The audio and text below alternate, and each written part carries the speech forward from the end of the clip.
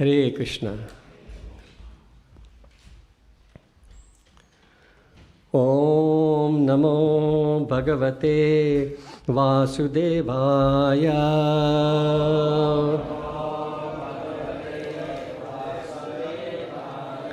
Om Namo Bhagavate Vasudevaya. Om Namo Om Namo Bhagavate Vasudevaya.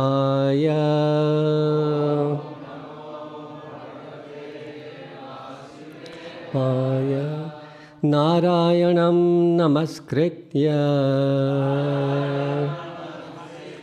Naram Chaiva Narottamam Devim Saraswatim Vyasam Tato Jayam Udiraye Nashta Prayeshu Bhadreshu Nityam Bhagavata Sevaya Bhagavati Uttama Shloke Bhaktir Bhavati Naishtiki Krishne Spadamupagate Dharma Jnanadi Bisaha Kalau Nashta Trishamesha Purana Kodunodita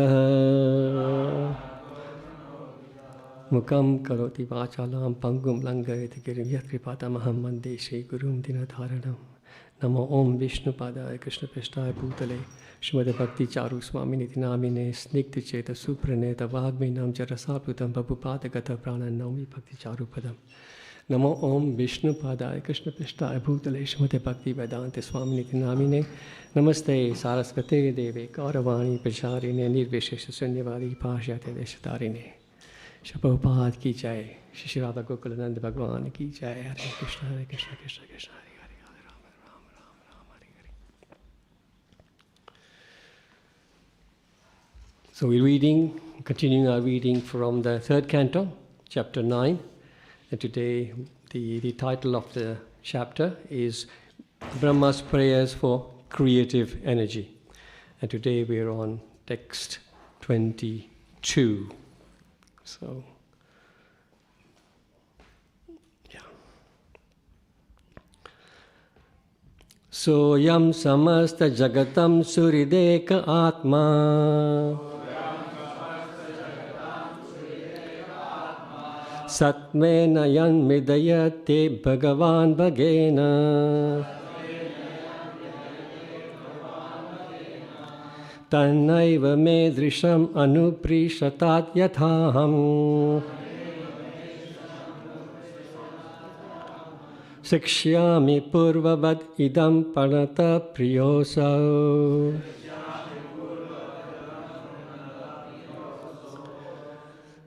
Soyam samasta jagatam surideka atma Satvena yan midayate bhagavan bhagena Tanaiva medrisham anuprisatat yathaham Sikshyami purvavad idam pranata priyosau Soyam samasta jagatam surit eka atma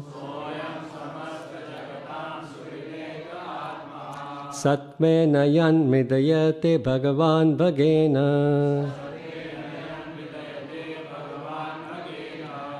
Tanaiva medrisham anuspri satat yathaham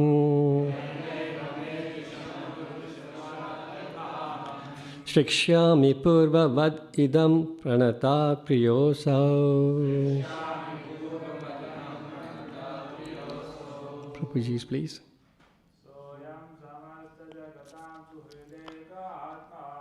Soyam Kakasta Viveka Atma Tatmenayam Vidute Bhagavan Vagena Tenaiva me avyam pishat yathaham Vikshami purvabhaditam pranatam priyosyo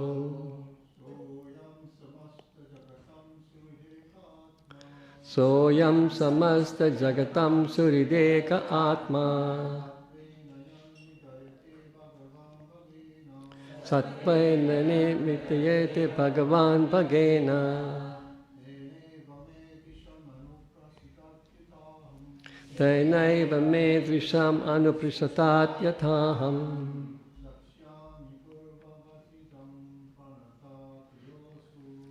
Saksyami me patitam tadgaram priyosau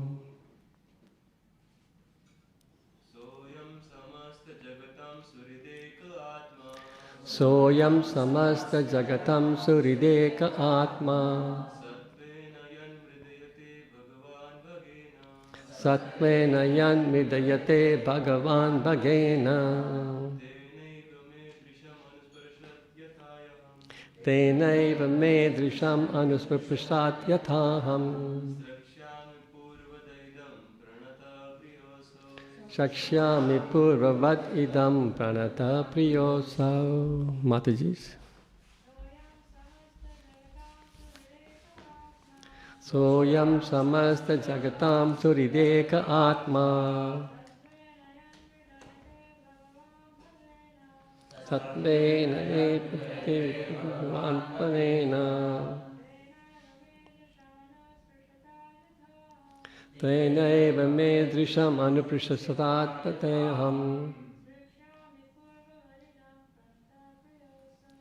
Vikshami purvavat idam pranata priyosau.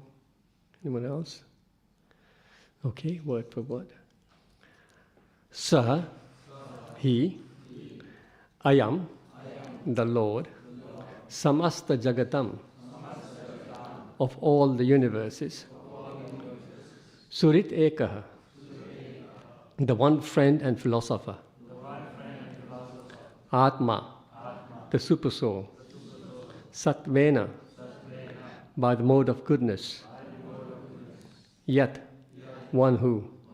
Midayate, causes happiness. Bhagavan, the personality of Godhead. Bhagena, with 6 opulences.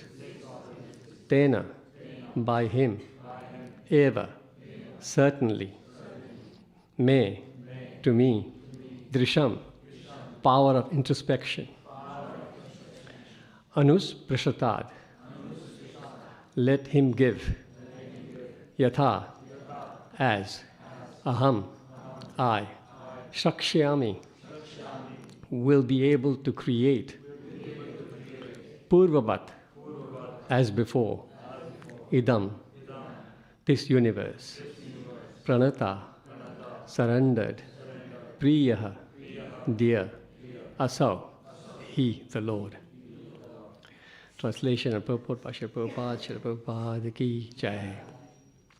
Let the Supreme Lord be merciful towards me. He is the one friend and soul of all living entities in the world, and he maintains all for the ultimate happiness by his 6 transcendental opulences. May he be merciful towards me that I am as before, may be empowered with the introspection to create, for I am also one of the surrendered souls who are dear to the Lord. Please repeat after me.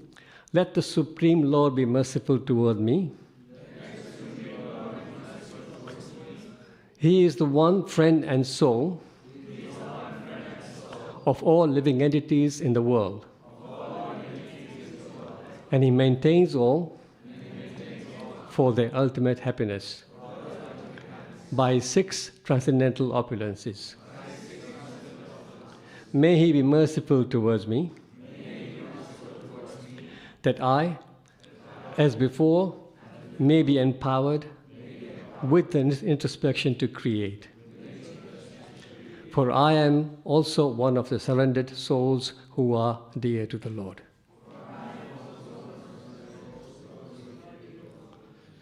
Purport. The Supreme Lord Purushottam, purport. The Supreme Lord Purushottam, or Shri Krishna, is the maintainer of all, in both the transcendental and material worlds. He is the life and friend of all, because there is eternally natural affection and love between the living entities and the Lord. He is the one friend and well-wisher for all, and he is one without a second. The Lord maintains all the living entities everywhere by his 6 transcendental opulences, for which he is known as Bhagavan, or the Supreme Personality of Godhead. Lord Brahma prayed for his mercy so that he might be able to create the universal affairs as he did before. Only by the Lord's causeless mercy could he create both material and spiritual personalities like Marichi and Narada, respectively. Brahma prayed to the Lord because he is very much dear to the surrendered souls. The surrendered soul knows nothing but the Lord, and therefore the Lord is very affectionate towards him. Om Ajnanati Mirandasya Jnananjana Shalakaya Chakshurun Militam Yena Tasmai Shri Gurave Namaha Shri Chaitanya Manobhuttam Stapitam Yena Bhutale Swayam Rupa Kada Mahyam Dadati Swapadantikam Vandeham Shri Guru Shri Yutapada Kamalam Shri Gurum Vaishnavamsha Shri Rupam Sagrajatam Sahagana Raghunathan Vitam Tam Sajivam Sadabaitam Savadutam Parijana Sahitam Krishna Chaitanya Devam Shri Radha Krishna Padan Sahagana Lalita Shri Vishakhan Vitamscha. He Krishna Karuna Sindhu Dina Bandho Jagatpate Gopesha Gopika Kanta Radha Kanta Namostute Tapta Kanchana Gaurangi Radhe Vrindavaneshwari Vrishabhanu Sute Devi Pranamami Hari Priye Vancha Kalpatarubhyascha Kripa Sindhubhya Evacha Patitanam Pavanebhyo Vaishnavebhyo Namo Namaha. Jai Shri Krishna Chaitanya Prabhu Nityananda Shri Advaita Gadadhar Shri Vasadi Gaura Bhakta Vrinda. Hare Krishna Krishna Krishna Hare Hare Hare Rama Rama Rama Hare Hare. Let the Supreme Lord be merciful towards me. He is the one friend and soul of all living entities in the world, and he maintains all for their ultimate happiness by his 6 transcendental opulences.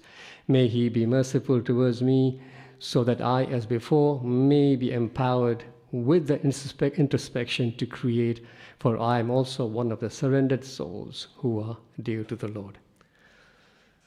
So, this section of the Bhagavatam, Lord Brahma has advented on top of the lotus flower.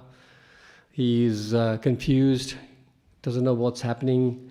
He's tried by his own efforts to try and find out. He climbed into the lotus stem, went all the way down, not all the way down, almost all the way down, yet couldn't figure anything out. He comes back up on the lotus flower, and then he hears the 2 syllables tapa. He realizes it needs to he meditates for a very, very long time, and the Lord then gives darshan to him, and then he's offering prayers to the Lord This is where we are. So this particular section, so in this chapter, many sort of prayers have been offered by Lord Brahma. And now this section, which is today's verse 22 to 25, is actually 5 specific requests by the Lord, by Brahma to the Lord, which is very interesting. So this text will, of course, as we read just now, he says, please empower me to create. And he says, create as before. Which means which kind of annihilation was this? It was a temporary one. It was at the end of Brahma's day, right? Because it's already created, that's why he says as before. This is the next day. Now, so the amazing thing is, Brahma's yesterday, he created, but he's already forgotten. He's asking the Lord again to give him the mercy to introspect and create again. So 2 things here. Number 1, how can Brahma forget just in a day? We remember what we did yesterday. We were here all for the Gaur Purnima festival, had a wonderful festival, but Brahma forgot how to create. So 2 things. I suppose the Brahma is just in his humility is again asking the Lord to give him the empowerment to create. And maybe the other thing is that Brahma's night, our night is 24 hours. Brahma's night is 1,000 Chaturyagas, exactly. So of course it's a long time, and maybe it is likely that one would forget. So anyway, this is the prayer, 22, empower me to create. Then 23, I'm just going to go for 3 verses ahead. I know I'm stealing the thunder from the speakers who are going to speak later, but 23 will speak about protect me from false ego. Don't let me be carried away, because I can create, because you will give me the ability to create. I don't want to become proud. So protect me from false ego. Save me from deviation. Don't let me move from this path. And then please wake up and bestow your benediction onto. He says, please wake. The verse actually says, please wake up. But the meaning is, of course, please wake up. Please glance towards me and bestow your benediction by opening your eyes. So wonderful sort of request. This is a kind of template we can have for our prayers when we're praying to the Lord. We can pray to the Lord to sort of give us the empowerment to do our service properly, to then when we are successful and we're doing a nice service and perhaps we get some position within the temple, we pray to the Lord to please don't let me remain humble. Save me from deviation, of course. Let me never ever leave your lotus feet, and always bestow your mercy unto me. So I think it's a nice sort of template for normal prayers. So, as usual, what I like to do is just dive into the purport and look at some of the sentences Prabhupada is saying, using, and then try and connect them back to something else that we've read in Shastra, so that we can get sort of reconfirmation of what has been said here. Prabhupada says in the purport, the Supreme Lord Purushottama, Sri Krishna, is the maintainer of all in both the transcendental and material worlds. So when you hear this word, this term, both the transcendental and material worlds, which verse from the Bhagavad Gita comes to mind? Anybody? Exactly. Tenaitaham sarvasya prabhavo mata sarvam pravartate iti matma bhajante mam buddha bhava samanvita. So I am the source of all spiritual and material worlds. Everything emanates from me. The wise who perfectly know this engage in my devotional service and worship me with all their hearts. So he's here in 10th chapter Bhagavad Gita, he says he is the creator. And of course he is the maintainer also, as we know. Then Prabhupada continues, he says he's the friend and well-wisher of all, and he is one without a second. A friend and well-wisher. Again, very famous words from the Bhagavad Gita. No, you not allowed. Ananta Prabhu is an encyclopedia. His name is Ananta Achyuta Prabhu. One day, Govinda Prabhu and I were having a discussion, and we were just talking about him and his wonderful memory about verses. His name should have been Ananta Shloka Prabhu. So, what was the verse? Anybody? Bhakta, exactly, 529. This is the peace verse, right? Bhaktaram yagatapasham sarvaloka maheshwaram suridam sarvabhutanam gyatma mam shanti mrichti. He says, a person in full consciousness of me, knowing me to be the ultimate beneficiary and of all sacrifice and austerities, the supreme Lord of all planets and demigods, and the benefactor and well-wisher of all living entities, attains peace from the pangs of material miseries. And he says he's one without a second. Of course, we all know he's one without a second. What is the Sanskrit term that's often used for that? One without a second?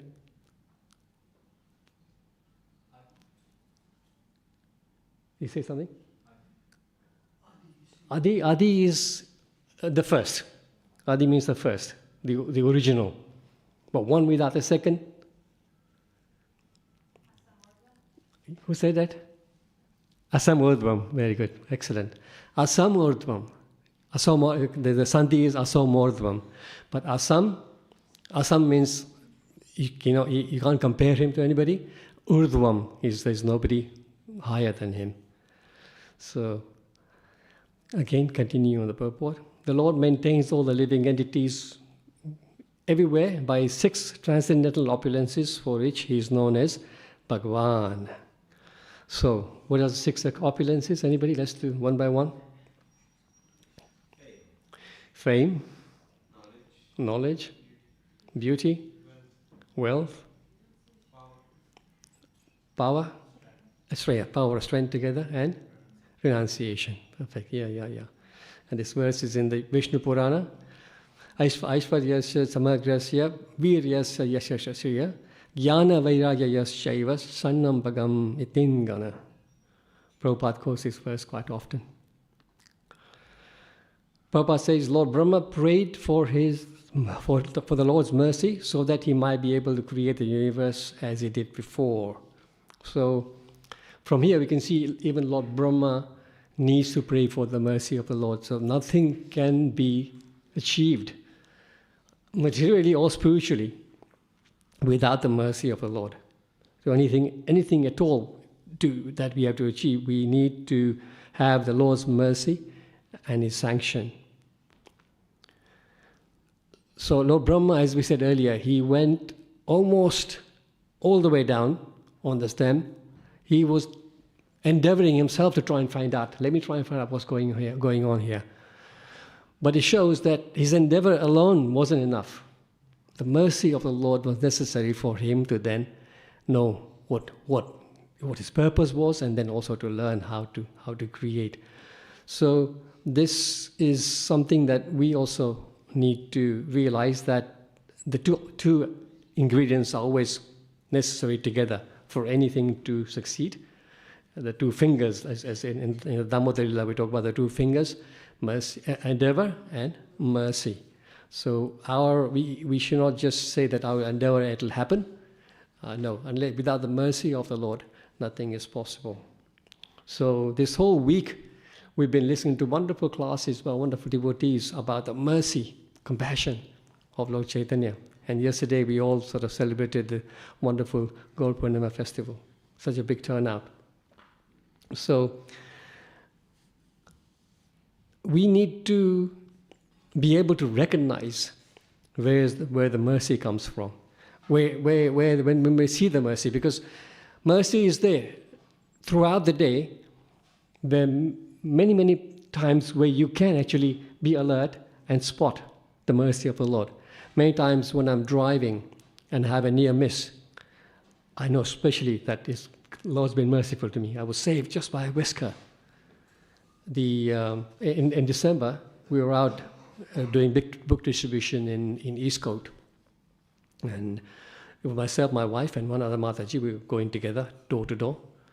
And then at one point, I was walking along, and suddenly I realized that my wife and the other Mataji, they had stopped somebody on the street just behind me, and they were talking to him. So I just stopped to look around to see if they needed my help or something like that. And I didn't realize I stopped on the middle of a side road. I was just crossing. The main road was this way, and I was just stopped in the middle of the road. I didn't realize I was in the middle of it. I was so absorbed in what was going on there. And it was a side road, so it wasn't very dangerous. But then, just as I realized, okay, they're finished and they're walking along, I turned to move. And just as I turned, a car zoomed by. He turned very fast, that corner. I was in the middle of the road. He just turned right past my nose. Now, if I turned just the second before that I did, I would have hit. It would have hit me so hard. And I was saying to my wife that even if the impact didn't kill me, the shock would have probably killed me, But mercy, amazing mercy that I was saved just by a whisker like that. So like this, there are many, many times that we can recognize. The point is to try and recognize the mercy as it comes and thank the Lord every time. So yesterday in the class, Shonak Rishi was talking about mercy. I made a note of it. I forget, compassion and mercy.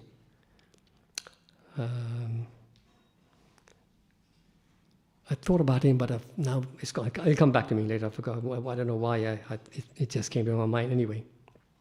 So, about mercy, compassion, one pastime came to mind from I think it's the Mahabharata as well as in Srimad Bhagavatam, that after the war in Kurukshetra, Krishna was returning back to Dwarka, would it be, right? So Dwarka. He was going back to Dwarka, and on the way, he came across the hermitage of Uttanga Rishi.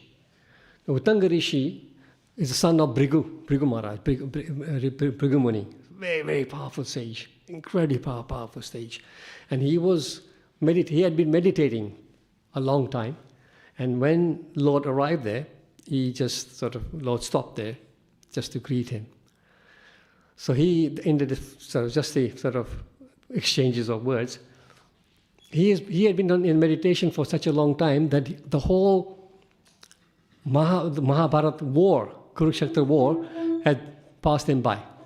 He had no idea this had happened because he was in meditation. So then he asked Krishna, how are the Kurus?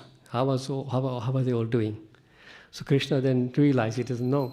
So Krishna, Shri Shri Radha Gokulananda ki jai, Shri Shri Sitaram Lakshma Hanuman ki jai, Shri Shri Gaunitai ki jai, Jagat Guru Shri Prabhupada ki jai. So Krishna told him that there was this huge war and almost all of them are gone. So this powerful rishi, his reaction was strange. He got angry. He got angry at Krishna. He said, how could you let this happen? You were there. How could you let this happen? And he said, he had the audacity to say, I'm going to curse you. See, some of these yogis are so powerful that they can actually curse. Even the Lord, he was saying, right? But Lord Krishna then tried to pacify him, and he showed him the Virat Rup. This is the third time. Virat Rup showed one, of course, in the battlefield to Arjun. Second time in assembly. In Yashoda was, in the assembly hall, right? With Rashtra and company. And this is the third time, Uttanga Rishi. He showed the Virat Rup and also explained to him the Bhagavad Gita just like he did to Arjuna. And then explained to him that, look, this had to happen because all these kings were too proud and they were acting beyond their limit, and they were becoming a burden on the earth, and that's what this war had to happen. And he was sort of pacified. And then the Lord, before leaving, asked him for a benediction. So Uttanga Rishi, he keeps traveling from one place to the other. He says, sometimes when I'm traveling, I get very thirsty, and sometimes there's no water around. So maybe give me the boon that when I'm thirsty, water will always be there. So Krishna says, Tathastu. Just think of me when you're thirsty, and the water will come. So it was Uttanga, sorry, I'm saying Uttanga. Not Matanga Rishi, Uttanga Rishi. I stand to be corrected if I'm wrong, but I think it was Uttanga. Would you know? No. Anybody else? There is Matanga Rishi as well, but this particularly is Uttanga Rishi. But I may be wrong. I'll check it up again. Right? Is it the same person? Maybe it's the same person, I don't know. Yeah. I read this pastime yesterday and it was Uttanga, so I'm just saying Uttanga, but let's continue with Uttanga. So, where was I? Yeah, so he was walking along. Once he was traveling through a desert, and he suddenly felt very, very thirsty. And he remembered the boon. So he started to think about Krishna. And then, like a Shudra, very shabbily dressed, very dirty looking person, he arrives and he's got a dirty leather water bag that he's carrying under his arm. So he comes to the Rishi and he gives him the spout to say, here, drink. So Uttanga Rishi says, I'm a high-class Brahmana, right? I'm not thirsty, so I'm not going to drink. So this person says, please, have a drink. You're in the desert, it's very hot, have a drink. I don't want to drink. In the end, again, because it's anger, right? These people are very angry. He says, just go from here. I'm not hungry. So he left. But strange thing is, he just walked a few steps and he disappeared. Not just walked away, he just disappeared. So Uttanga Rishi, the Rishi, I'll just say not the name anymore, Uttanga, the Rishi, thought, my God, this must be some special personality to have just disappeared like this. What have I done? Then he realized, oh my God, I'm supposed to be so learned and so advanced. I'm now I didn't realize I was on a bodily platform, right? Didn't know who it was. And he was lamenting. And just then, the Supreme Lord arrives. And he gets angry at him again. He said, what is this? If you send me water, send it me properly. Well, how come? Is it right for you to send the water to me with this dirty Shudra? And you made me make this offense? He's angry at Krishna. Krishna says, look, actually, when you were thinking of me for water, I was with Indra. And I requested Indra to take some amrit, nectar. You were asking for water, but I was going to send you, by mercy, I was going to send you nectar. So I was going to send you nectar, but Indra said, no, nectar is not for the people on earth. Nectar is only for people who are in the higher planets. But Krishna, no, please, this is a very nice devotee of mine, I've given him a boon, please take it. Okay, fine, I'll take him the amrit, only on the one condition, if I can test him. Okay, fine, you can test him. So this was a test. Indra was testing you, and you failed. So here, you can sometimes, the mercy comes in different ways, but we can't see it. Can't see it. So, that is the Rishi. That also reminds me about, often devotees have mentioned this, they say that there's a person running really late for a meeting, a very important meeting, and he's running late, but he's driving, and he's sitting in the middle of London, no parking anywhere. He's going round and round the roads, can't find any parking, starts praying, Krishna, please, please, please, Krishna, let me find a parking space, because really, I'm going to be late. If I'm late for this meeting, it's going to cost me so much. Please let me find a parking space. He goes round, and suddenly he goes around the same street, and he sees the car pull out. Oh, Krishna, don't worry now, I found the space. He doesn't realize it's Krishna's mercy that he found it, but he thinks he found it. So this is, we have to just be alert that everything is happening because not because of our,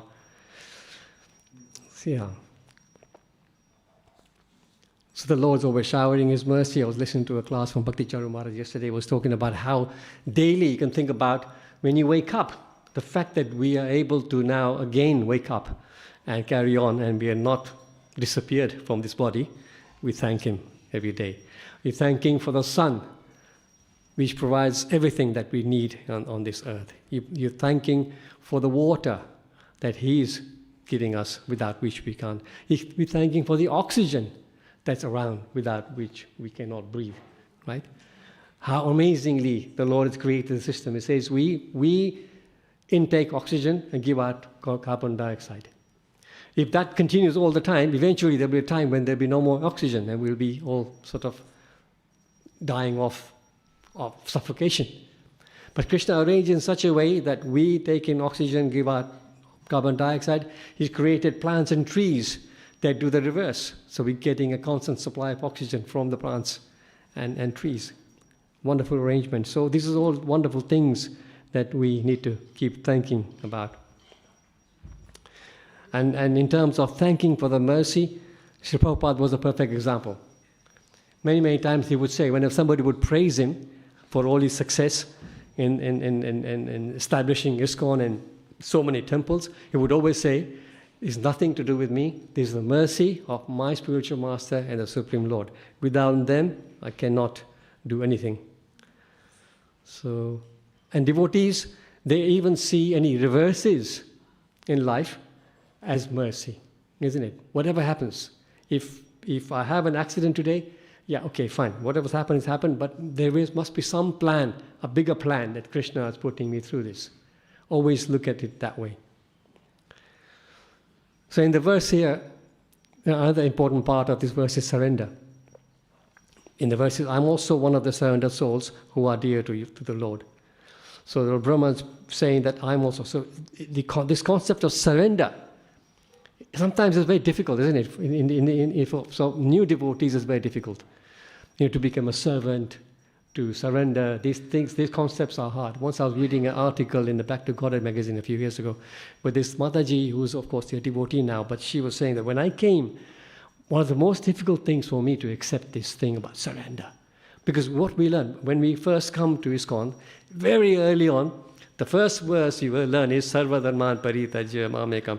Surrender, right? And she says the reason I found it very difficult is because I grew up with my elder brother, who was a bit of a bully.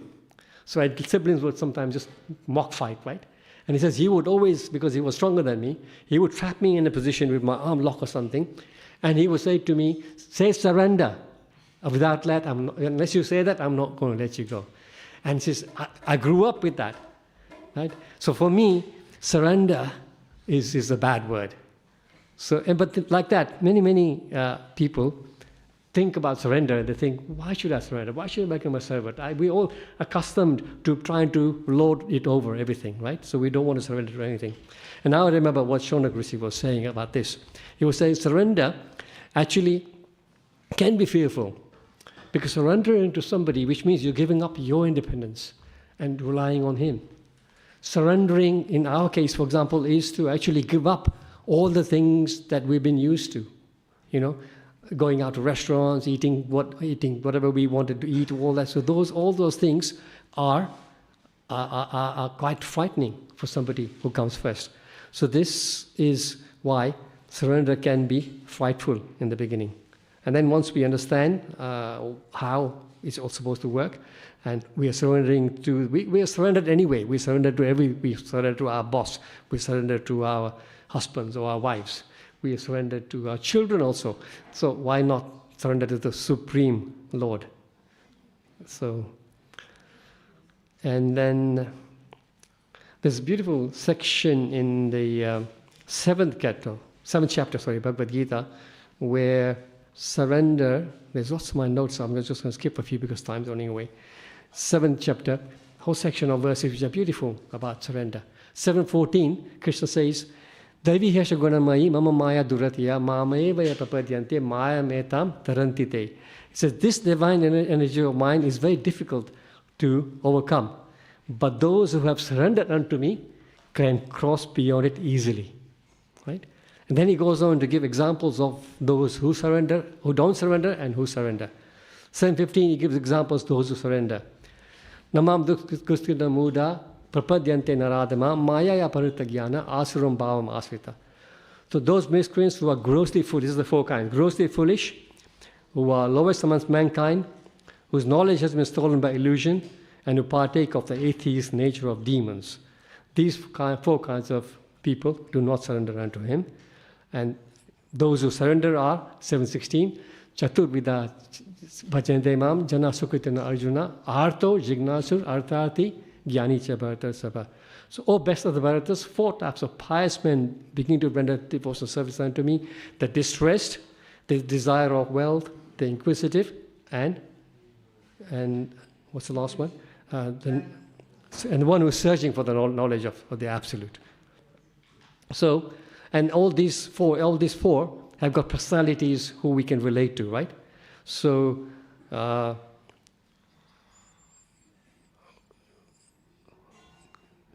it's okay. The distress. Who is the distress? Who we think of when somebody prays in distress? Queen Kunti, yes, she was also. But generally speaking, is Gajendra.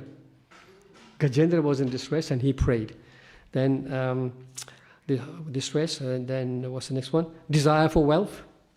Who is the personality they would think of? Dhruva, exactly. And then inquisitive. So Rishi, generally rishis, Nami said earlier, correct. And then one who is searching for the knowledge of Absolute. 4 Kumaras, exactly. Thank you, yeah, great. And then how rare are people who surrender to Krishna? 7:19. Bahunam janma namante jnanavan mam prapadyate Tudurlabha. Thank you. After many, many births and deaths, he who is actually in knowledge surrenders unto me, knowing me to be the cause of all causes, all that is. And it's 8:30 already, but I'll finish with this. This parable from the Bible talks about surrender and mercy also. So this is the parable about the father and 2 sons, the prodigal son. I heard it a long time ago, but if I get it wrong, you can correct me, right? So there, Jesus is giving an analogy, and he's saying to somebody that there's a father with 2 sons, rich father with a big farm, very loaded, but he had 2 sons, and the younger son, he said to the father that, okay, after you pass away, do I inherit half of your wealth? He said, yes, you do. Okay, can I have it now? So why? He said, no, I don't want to wait. I want to have it now. So father tried to convince him. So look, wait, you don't need, you're too young. No, you can't handle all this money. No. You know how it is. In the end, Zid, the father gives in, and he gives him the money. This boy goes far away somewhere, and he spends the money as he likes, as people win the lottery and how they go crazy. He just spent the money in his sense gratification, finished all the money, and then he had nothing. He didn't want to come back. He stayed there, and he begged first for a little while. Then there was famine, unfortunately for him. There was famine, and there was nothing. He was starving. He ended up taking a job in a pigsty, looking after the pigs and feeding the pigs. Now remember, he's the son of a very wealthy farmer, right? But he's doing this. And the farmer is so strict, he's treating him very badly, giving him little morsels to eat. And he's thinking, I wish I could eat what the pigs are eating. They're eating better than me, right? And then suddenly he thinks, actually, I must go back to my father. I'll go back, and I will not go back as his son. I will go to him, and I will just serve him, because I have committed the offense now of wasting his money. I will just go back and just serve. And he's worried, if I go back, will he even accept me? Because I rebelled against him, and I wasted his money. What will happen? So he goes back. Now it says in this case that when the father sees this son approaching, this after a few years, right? The father is an old man, but he runs. He runs towards him and gives him a big hug. So Krishna, we've all like that prodigal son, aren't we? We're all like that. We have left Krishna. We've left his abode and come back to enjoy ourselves separately. So Krishna, when we do decide to go back and we surrender to him, Krishna will be there with open arms waiting for us. And that wonderful picture comes to mind of Gop Kumar coming back and Krishna give him a hug, right? So Krishna is there. Also, the prodigal son, the father threw a big party for him. Oh, that's right. I forgot that part. Yes. He was, and he invited everyone. Yes. So he was so happy. Somebody's to turn that down. Yeah. So he threw a big party. Yes. Massive party for his Correct. son. That was better, I think. So you got. Thank you very much. He actually he threw a party for the son, and then the elder son got jealous. He says, "I'm with you here all the time.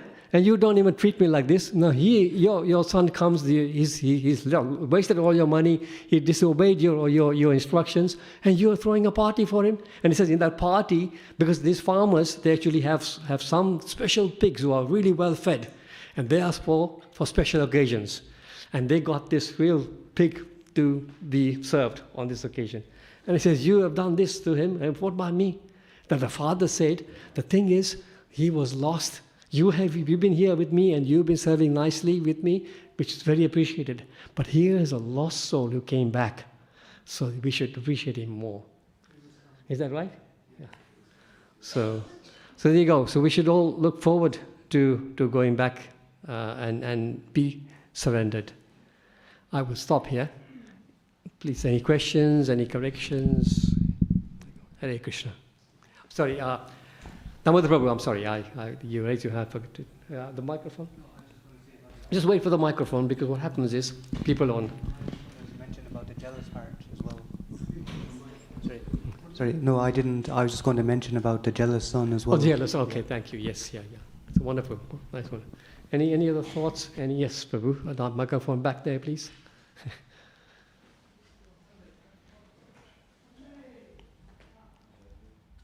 Hare Krishna, thank you for the call. I think I missed the point of, in purport, Prabhupada mentions how the Lord maintains all the living entities by his 6 opulences. So can you describe more about like how Krishna maintains everyone by 6 opulences? So Krishna, of course, Krishna's power is, we mentioned the 6 opulences, right? So Krishna has all that 100%, 100%, Krishna, Prabhupada would say 100%, right? He's got it in all. But by his mercy, he will give us a little bit for us to then maintain ourselves, right? So he'll give us some opulence, he'll give us some strength. Everything we have is coming from him. So he will maintain us by giving us those limited things so we can carry on and live in this world. So any opulence we have is from Krishna by his mercy. Any strength we have is from him. Any fame we have is from him. So this is how he maintains with those. Is that the same in the spiritual world? Like the spiritual world, they all actually not in the need of these things. But they're with Krishna, they want nothing else. It's only we want these things. Spiritual world, they're completely in bliss. They don't need anything. They just want Krishna. Krishna, I want to serve you, and that's all. Whether I'm famous or not, I'm strong or not, I'm happy or not, doesn't matter. I'm with you. That's what matters.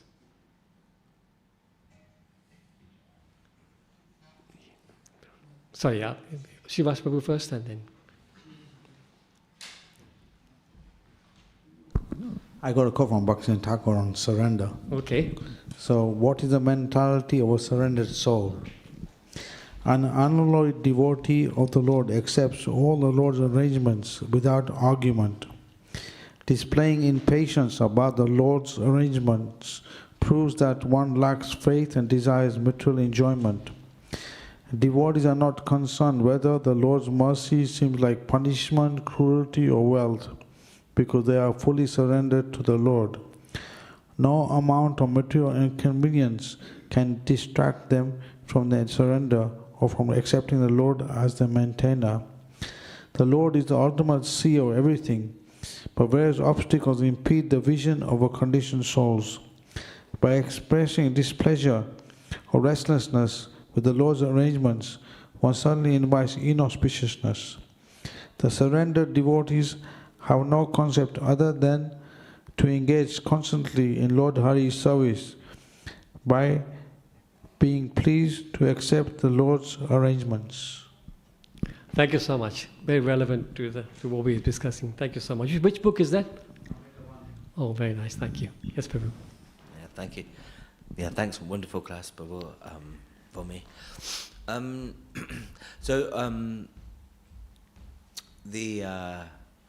This Rishi, he judged this when Indra came as Sudra. So, I've been coming to temple and so forth for quite a while now, and so thinking, oh, I'm a devotee, this, that. So then at the at NHS where I work, we did this one course. It was just like an hour course called Unconscious Bias. Okay. that we all have some bias deep down that we're not aware of. And then when I just was sort of asked to slightly think about, what do you think if you see this person come in an interview, or a person dressed like this, or a person of this faith? I was like, oh my God, I have so many biased. Yes. Yeah, that was just one comment. You can expand, but I just had one question also, that in the word for word, it also says Krishna is the friend and philosopher. And I've also heard this before, the Lord being referred to as a philosopher. Have you got any thoughts on that, please? Good point. No, I don't actually. Philosopher. The Lord, of course, is the supreme philosopher. That is the case, of course. He is the supreme philosopher. But anybody else throw some light on this? He's a friend and a philosopher. Or even a philosopher, if you could say anything about that. Yeah. Anybody? Now, something that we will need to look at. Maybe some homework. Maybe it's that the Lord knows things from so many different angles. Yes, that could be it. The Lord, like I say, is a supreme philosopher, and He will be able to look at things, your situation, in different angles, I suppose, right? And make it right when you surrender. I'll give you the intelligence to surrender. But thank you for raising that. Thank you. Anybody else? No? Mataji has been very quiet today. Hare Krishna. Taruna Prabhu? Yeah, yes. Yeah. Just thought came to my mind. In regard, being philosopher, there are many instances when Krishna speaks, idol assembly, and he speaks philosophies, quoting some philosophers' authority. Or, for example, Lord Chaitanya, when he speaks with Sanatana Goswami, even other, great devotees, he always quoting some philosophy. Yeah. Or even quotes Jayadeva Goswami's books, which are kind of more rasa. So in that sense, philosopher means, although he is author of all philosophy, but he kind of quotes authorized philosophies. So in that sense, although he's author of it, everything, but he's authority he follows authority, like he follow authority. Mahajana, Jaina, he also does. So, he does. So in that sense, philosophy. That's true, yes. He does it to give example to us that we need to follow that. Yeah, thank you so much. Thank you. Canto Srimad Bhagavatam ki jai. Srila Prabhupada ki jai. Srila Prabhupada ki jai.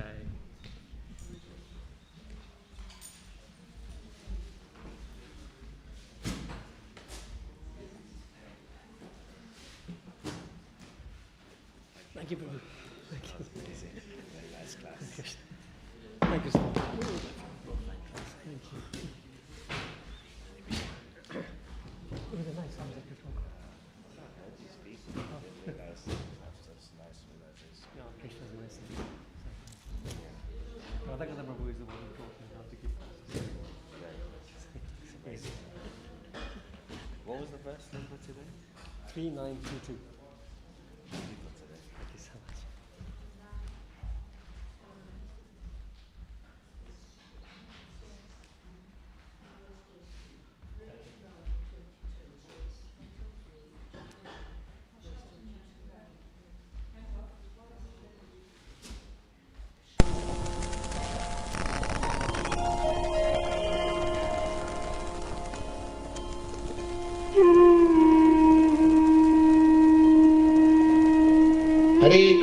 Hare Krishna, Krishna Krishna, Hare Hare, Hare Rama, Rama Rama, Hare Hare, Hare Krishna, Krishna Krishna, Hare Hare, Hare Rama, Rama Rama, Hare Hare, Hare Krishna, Krishna Krishna, Hare Hare, Hare Rama, Rama Rama, Hare Hare, Hare Krishna, Krishna Krishna, Hare Hare, Hare Rama, Rama Rama, Hare Hare, Hare Krishna, Krishna Krishna, Hare Hare, Hare Rama, Rama Rama, Hare Hare, Hare Krishna, Krishna Krishna, Hare Hare, Hare Rama, Rama Rama, Hare Hare, Hare Krishna, Krishna Krishna.